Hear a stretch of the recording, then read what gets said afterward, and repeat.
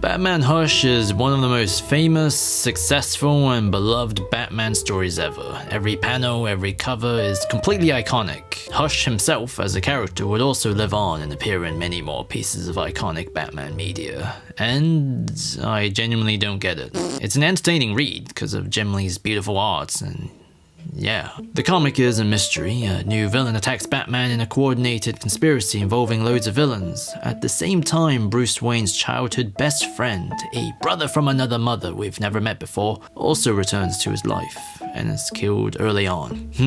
Gee, I wonder who could it be? Hush can be a cool character, especially after Paul Dini got his hands on him, but within this original comic, the mystery is so convoluted that it literally requires an entire page of exposition to explain. It's like looking at hieroglyphics. The story feels more like an excuse to turn Batman's rogue gallery into an art gallery.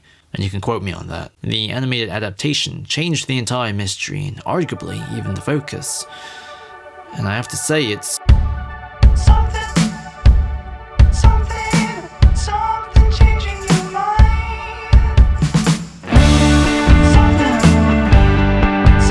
Yeah, I'm not gonna give my opinion to the end, because let's start with the elephant in the room. The film completely changes the Hush review. It's not Thomas Elliot, now it's the Riddler, who looks like Shinzon from Star Trek Nemesis, because they're both bald. In both the comic and the film, he has an inoperable brain tumor and cures it with the Lazarus Pit, which also made him smart enough to figure out Batman is in fact Bruce Wayne. However, where the comic, he just conspires with Elliot to target Bruce because of a personal grudge where Thomas Wayne saved his mom after a planned car accident. Get it? Thomas Elliot is like the anti-Batman.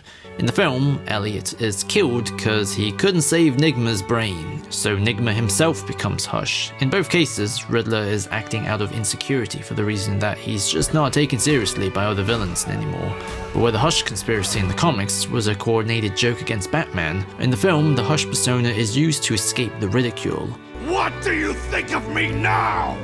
That you're the same insecure C-lister you were before. Usually I'd say this fundamentally changes everything, but the wild thing is that it doesn't really. The motivation of the actual plot in the film isn't wildly different. It just erases the existence of an entire villain, because it cuts out the middleman, while also mildly tidies up the convoluted structure of the story. As a result, Thomas Elliot in the film somewhat retroactively becomes hysterical, because all your prepared suspicion is also erased. He's gone from this little monster to being this poor guy who was neglected by his childhood best friend. Bruce, I will always be your friend.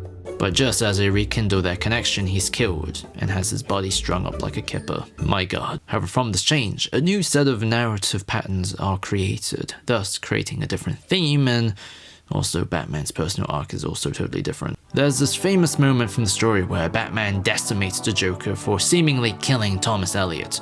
In the comic, it's this crescendo of painful memories. Batman loses it so badly that when Selina tries to stop him, he does the bitch thing of pushing her wound. Then old Jimbo shows up to tell Batman he's willing to let Joker live and ruin more lives as long as he doesn't ruin Batman's. It's a touching but weird thing for him to say. In the film, Joker somehow starts walking and talking afterwards. I don't know, it really bothered me for some reason. Who's robbing these days? In the comics, this moment is an attempt to mislead the readers, so you think this was Elliot's entire storytelling purpose, to push Batman over the edge. Because since the very first page, the comic emphasizes the theme of friendship, when Batman almost falls to his death at the beginning instead of doing this. Huntress Alfred and Thomas Elliot saves him. Superman also appears in the Poison Ivy episode to fight and shake hands. The Jason Todd red herring is there so Batman can beat Clayface, with a declarative, "Jason knew how much I loved him," when he's through the cliched, "I only wanted to be loved" line. However, the tragedy is that Batman, despite his capacity to love and his desire to be loved, he also can't stop being a detective. He's filled with paranoia and suspicion, therefore there's always a distance, which is made worse by Thomas Elliot and also Howard's betrayal. He's the guy who used to live in the Batcave building stuff for him. This is the insight the comic gives and the tragedy it presents. Batman's talent as a detective exists in friction with his need to be loved, and this causes him to disassociate himself from what's right in front of him, what he knows makes him happy. But in the film, without the betrayals, the film's theme is adjusted. The purpose of the beatdown is different. Batman doesn't kill.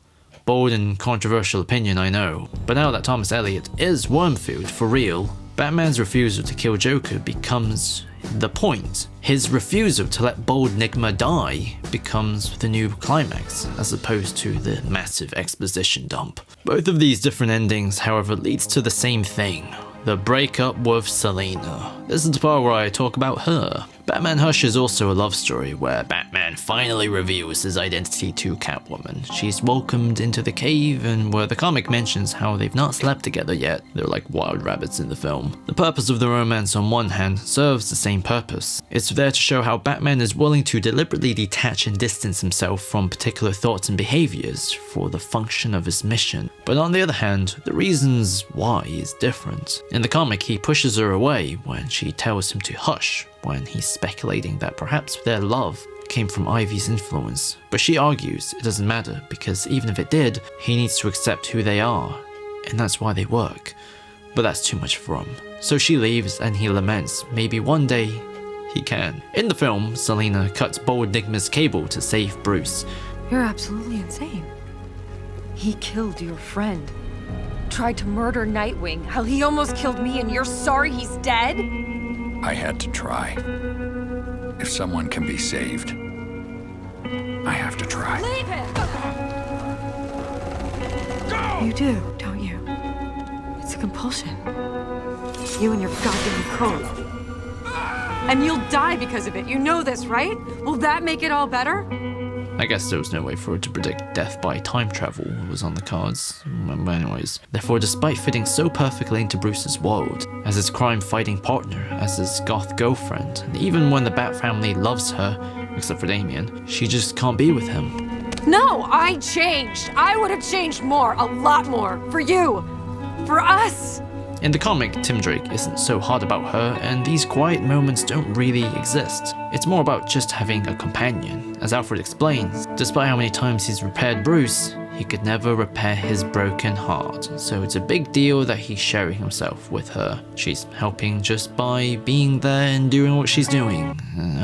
While in the thought boxes, Batman's going absolute gaga over her touch. Anyways, am I the only person who loves the film's ending? I'm not usually invested in Catwoman love stories, because I'm always prepared for that ambiguous ending, where they leave each other because of their different natures. But the sheer clarity presented here sliced through my usual monotone expression. For once, I felt something between them. I felt like sad.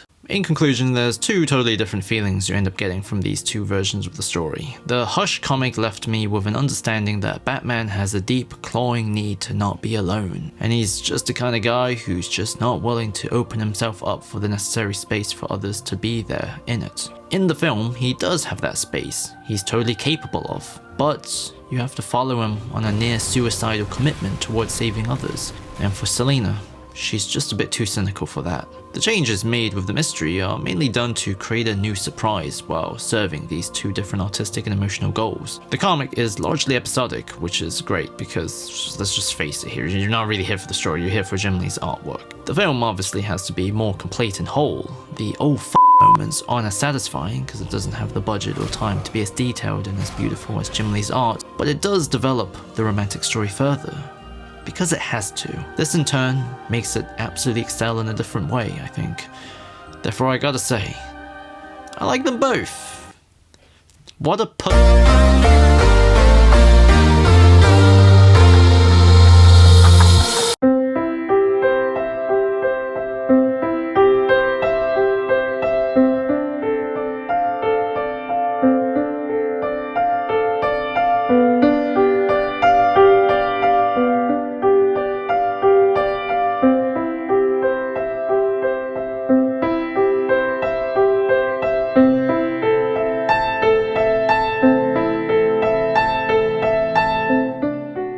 So yeah, this video was about Batman Hush. I've been meaning to make this for a very long time, and then now I finally have, and it feels pretty good, I gotta say.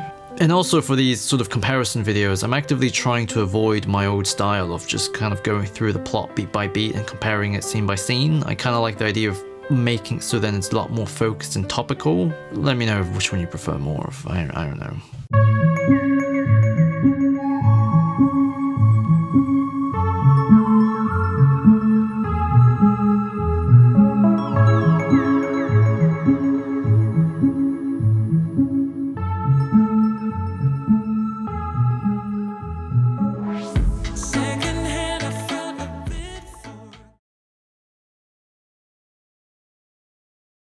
Let's just say I set out to scare criminals, not children.